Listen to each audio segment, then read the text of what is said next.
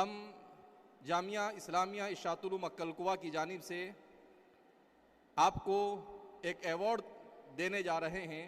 वाली साहब हज़रत मौलाना ग़ुलाम मोहम्मद साहब वस्तानवी के हाथ 15वीं सदी हिजरी के बेहतरीन कुरानी खिदमत अंजाम देने वाले शेख अहमद हसन अल-मासरावी मिस्र से वाली साहब के हाथ से आपको एवॉर्ड दिया जा रहा है।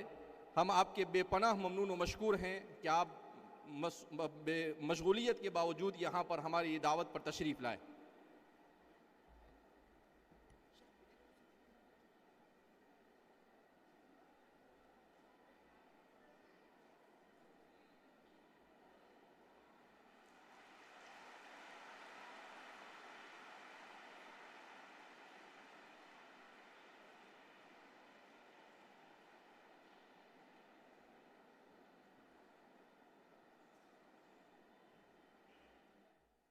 الآن أقدم الدعوة بأن يلقي أمامنا كلمات تنفعنا في حياتنا. بارك الله فيه.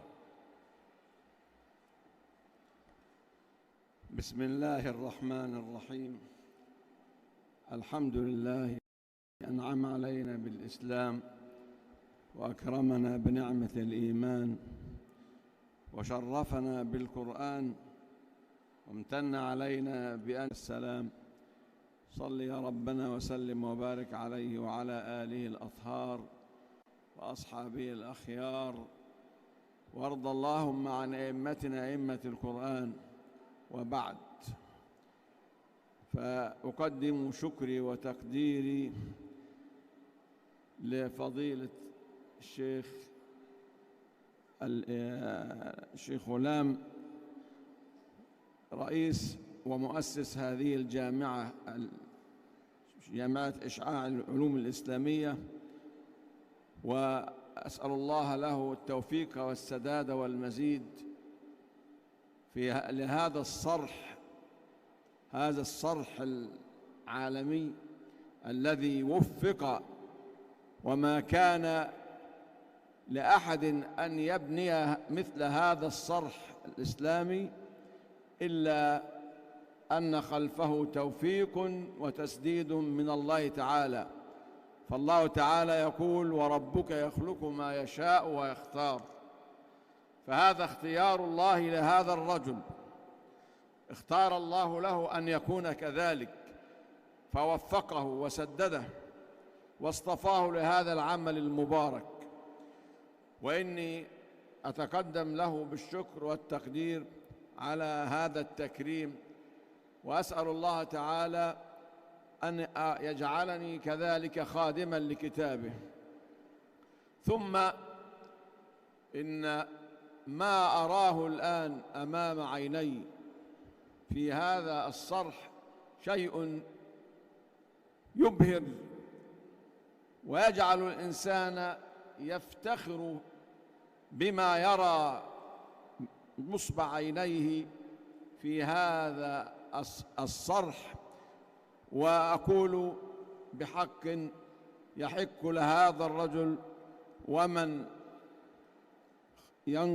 يكون خلفه أن يرفع راية الإسلام في هذه البلاد، راية القرآن. وهذا ما تحقق بحق، أن نرى في هذا الحفل ما يربو على 15,000 يحضرون تكريم الفائزين في مسابقة القرآن الكريم، وما كان له أن يحقق ذلك إلا بإخلاصه.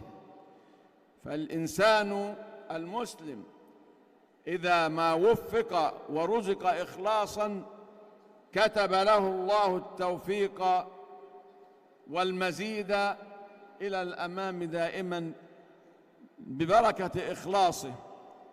وفق لأن الله رزقه إخلاصا فحقق له ما يتمناه في خدمة الإسلام والمسلمين في هذه البلاد وخدمة القرآن. وهذا ما عناه القرآن بقوله تعالى: وفي ذلك فليتنافس المتنافسون. التنافس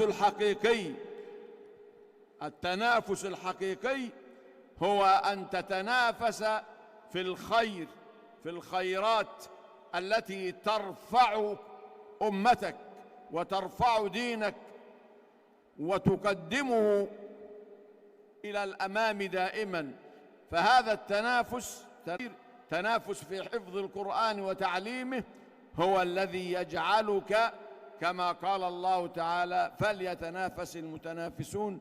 وهذا ما قاله النبي: إن الله يرفع بهذا الكتاب أقواما ويضع به آخرين.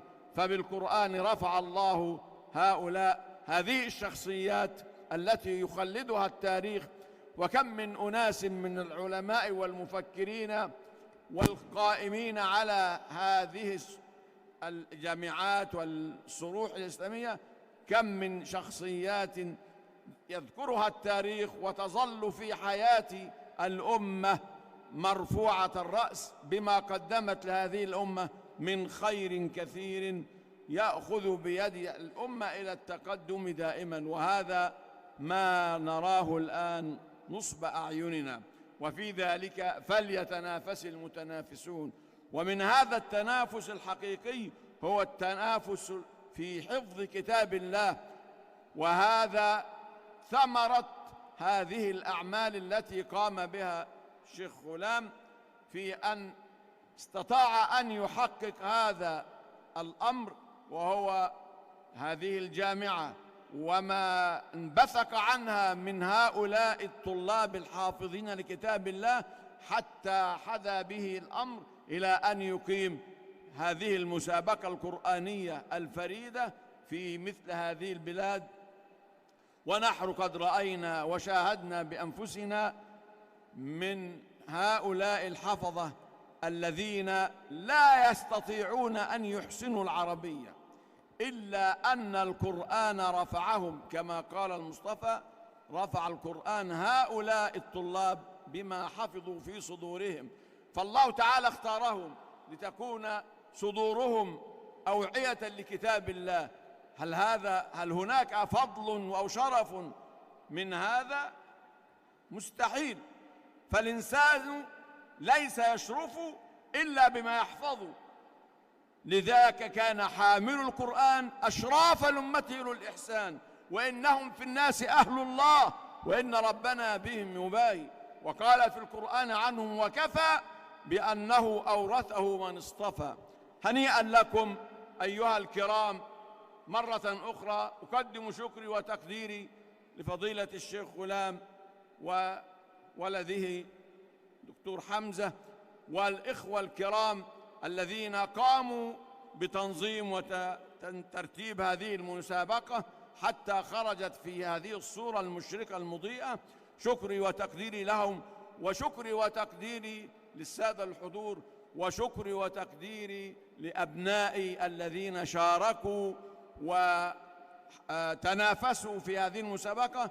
وهنيئا لهم جميعا، فكلهم فائزون بما حباهم الله من حفظ كتابه.